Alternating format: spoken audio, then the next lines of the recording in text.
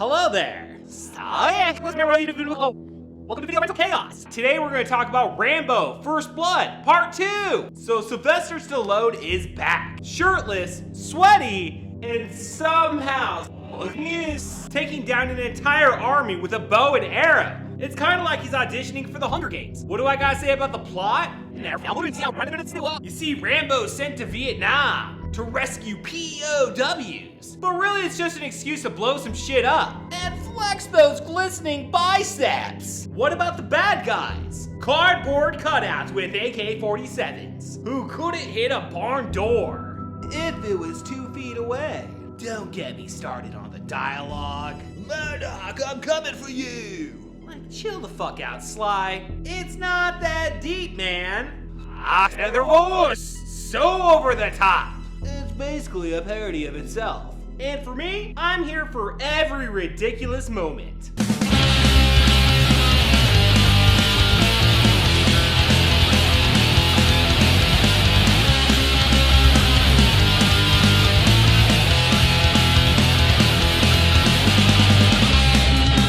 Welcome back to Video Rental Chaos. So, let's go ahead and talk about Rambo First Blood Part 2. One of the most badass action movies ever made. Look, I get that First Blood was more grounded, but come on, this is the Rambo everybody remembers. Stallone is peak action star here, okay? Just ripped out of his mind. Sneaking through the jungle, taking bad guys out with a bow, and exploding arrows. The moment he grabs the M60 and just starts unloading, pure fucking cinema. Yeah, it's over the top, but that's the beauty of it. It takes everything people wanted from the first movie, Rambo, against impossible odds, and dials it up to 11. And let's be real, that final scene where he tells Murdoch, I want what they want.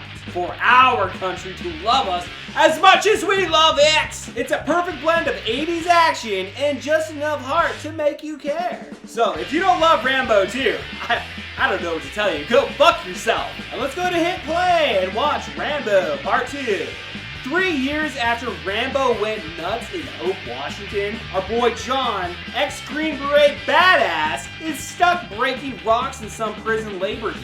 His old Vietnam War colonel, Troutman, rolls up, Yo Rambo, the government's catching heat, cause word's out there might still be some POWs rotting in Vietnam. They've greenlit a solo stealth mission to scope it out, and Rambo's the guy since he knows the camp like the back of his hand. Deal is, he pulls this off, he gets a presidential pardon. Rambo's all in. They jet to Thailand where Rambo links up with Troutman, this chopper pilot Erickson, and some pencil pusher named Murdoch, who's running the show. They tell Rambo, just snap some pics of this POW camp, bro. No hero stuff, no fighting, no rescues, okay? Troutman's the only one Rambo trusts. The rest smell like suits with hidden agendas. Things go sideways fast. During the drop, Rambo's parachute snags, and he's got to cut loose, ditching most of his gear. He's down to knives and a bow. Total caveman mode. He hooks up with his Vietnamese agent, who's cool as hell, and she gets some sketchy river pirates to boat them upriver.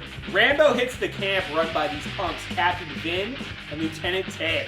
And bam! POWs confirmed. Orders be damned. He springs a dude named Banks, cause Rambo doesn't leave bros behind. The trio bolt, but those river pirates stab them in the back. When a Vietnamese gunboat rolls up, Rambo's like, not today! He wastes the pirates and RPGs, the gunboat into next week. They split to hit the extraction point, but then mortars start raining, and Troutman's chopper spots them. He radios base, but Murdoch, shady as ever, tells Erickson to bail. Lifer holds Troutman back while they ditch Rambo and Banks, who get nabbed by the Vietnamese back at the base. Troutman calls out Murdoch, who spills the tea. The mission was fake, bro. They never wanted proof of POWs. At the camp, Rambo finds out the Vietnamese are tight with the Soviets. This Russian big shot, Lieutenant Colonel Podovitsky, and his muscle sergeant Yushin start grilling him, beating him down, trying to make him radio Murdoch to scare off more rescues. Rambo's not having it. Takes electric shocks like a champ. They drag in Banks, threaten to gouge his eyes, and Rambo caves just to save him. But when he gets on the radio, he flips the script, warns Murdoch he's a dead man, and with CO's help, who sneaks in like a ninja, he busts out. On the run, Rambo is ready to bring CO to the States. But then Tay snipes her and she's gone. Rambo's gutted, making her a promise, and rocks her red headband and a necklace like a warrior's tribute. Then he goes full beast mode guerrilla style, picking off Russians and Vietnamese with arrows and whatever he's got. Tay catches an explosive arrow to the face. Boom! Done! Yushin tries to flex in the chopper, but Rambo climbs aboard, yanks him out, and jacks the ride. He rains hell on the camp, frees Banks and the other POWs, and they pile in. Podofsky's not done chasing them in this monster Mil-Me-24 chopper. Rambo fakes a crash. Total bro move, okay? Lures this dude in and smokes him with a rocket launcher. Back at base, Rambo's pissed. He decks Erickson for bailing, trashes the control room's computers, and gets in Murdoch's face, demanding they save the rest of the POWs. Trotman tries to talk him down, saying, "Come on home, okay? Come on home and chill out, Rambo." Nah, man, I want the country to give a damn about its soldiers like they do for it. Trotman asks how he'll live, and Rambo just shrugs. Day by day, bro. Day by day. And walks off like a legend. Rambo, First Blood Part 2! Feels like a seamless continuation of the original First Blood film. Sylvester Stallone returns and, in my opinion, once again delivers an outstanding performance as Rambo. This movie starts with a bang and ends with one too. I believe it lives up to the hype of its predecessors, okay? After covering First Blood last year, I waited an entire year to watch Part 2 because I knew I'd be reviewing this film. First Blood was such an enjoyable movie, and it definitely struck a unique chord, especially for those who lived through the Vietnam War and witnessed the struggles troops faced upon returning home, met with animosity rather than support, particularly from a government that didn't back them as it should have. Part 2 takes us to Vietnam, where Rambo relives his past as he embarks on a mission to rescue a group of POWs. The government had essentially abandoned them at that point. Once again, this story highlights how the government isn't always on your side, reinforcing the idea that while you can love your country, you should always question your government.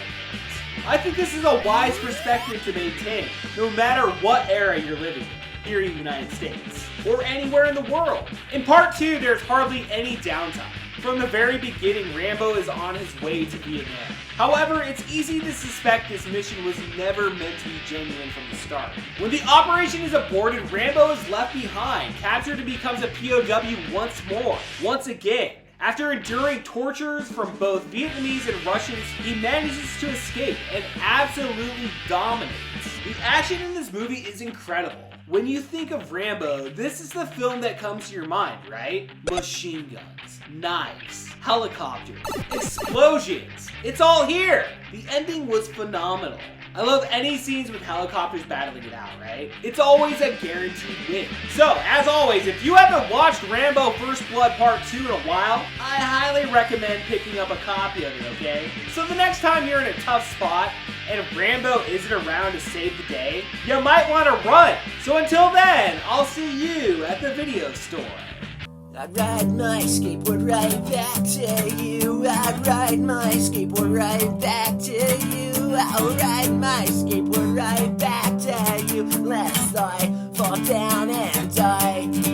I ride my skateboard right back to you. I ride my skateboard right back to you. I ride my skateboard right back to you, unless I fall down and die.